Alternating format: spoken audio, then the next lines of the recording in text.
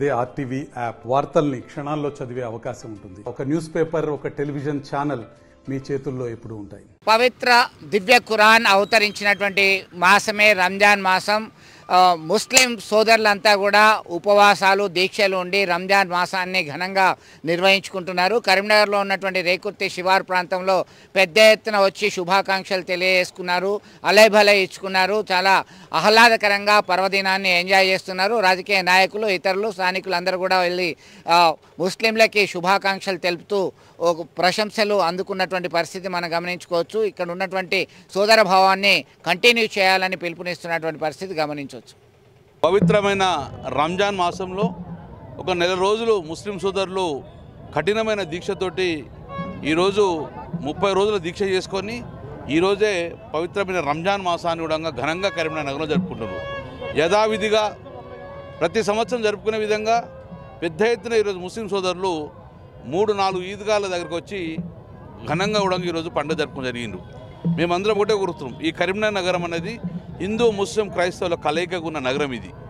కాబట్టి ఈ నగరంలో హిందూ కానీ ముస్లిం కానీ కోరుకున్నది ఒకటే, అభివృద్ధి కావాలి, భావితరాన్ని బంగారు భవిష్యత్తు ఉండాలి.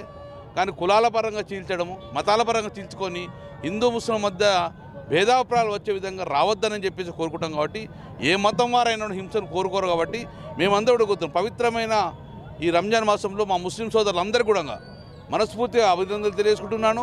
వారికి అల్లామియా ఆ కుటుంబాలందరూ చల్లగా చూడాలని చెప్పి అంటూ మరొకసారి పవిత్రమైన రంజాన్ మాసంలో ఒక నెల రోజులు కఠోర దీక్ష చేసిన మా ముస్లిం సోదరులందరూ కూడా మీ యొక్క దీక్ష సఫలీకృతం కావాలని చెప్పేసి మీ అందరికీ కూడా మీ కుటుంబాలు కూడా ఆ అల్లమియా శుభాలు పలకాలని చెప్పి మరొకసారి రంజాన్ ముబారక్ చెప్తున్నాను. Thank you.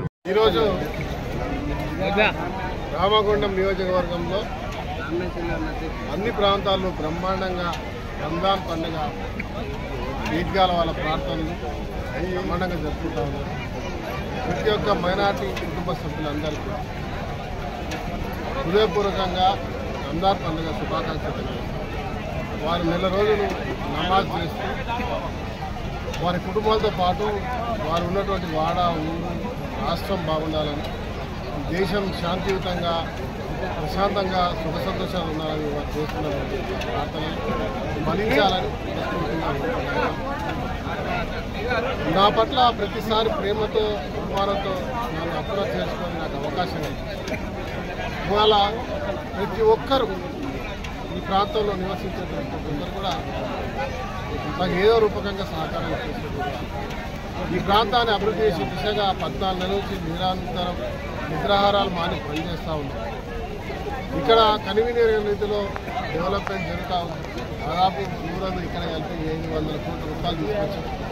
300 కోట్ల రూపాయలు గ్రౌండ్ అయినాయి.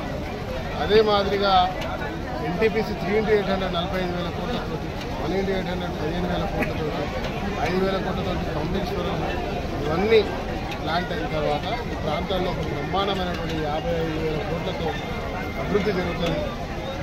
దీంతోపాటు రోడ్లు, సర్వీస్ రోడ్లు, కమర్షియల్ కాంప్లెక్స్, బిజినెస్ హబ్గా, మెడికల్ హబ్గా, ఎడ్యుకేషన్ హబ్గా చేసే ప్రయత్నం చేస్తాం. కేవలం ఒకే కాదు, అన్ని రంగాల్లో కూడా ముందుకు పోయే విధంగా ఈ నగరానికి నవనిర్మాణానికి ప్రయత్నం చేస్తా ఉన్నాం. మరిన్ని వీడియోస్ కోసం ఛానల్ ని సబ్స్క్రైబ్ చేయండి. లేటెస్ట్ అప్డేట్స్ కోసం వాట్సాప్ ఛానల్ ని ఫాలో చేయండి. అండ్ లింక్ డిస్క్రిప్షన్ లో ఉంది.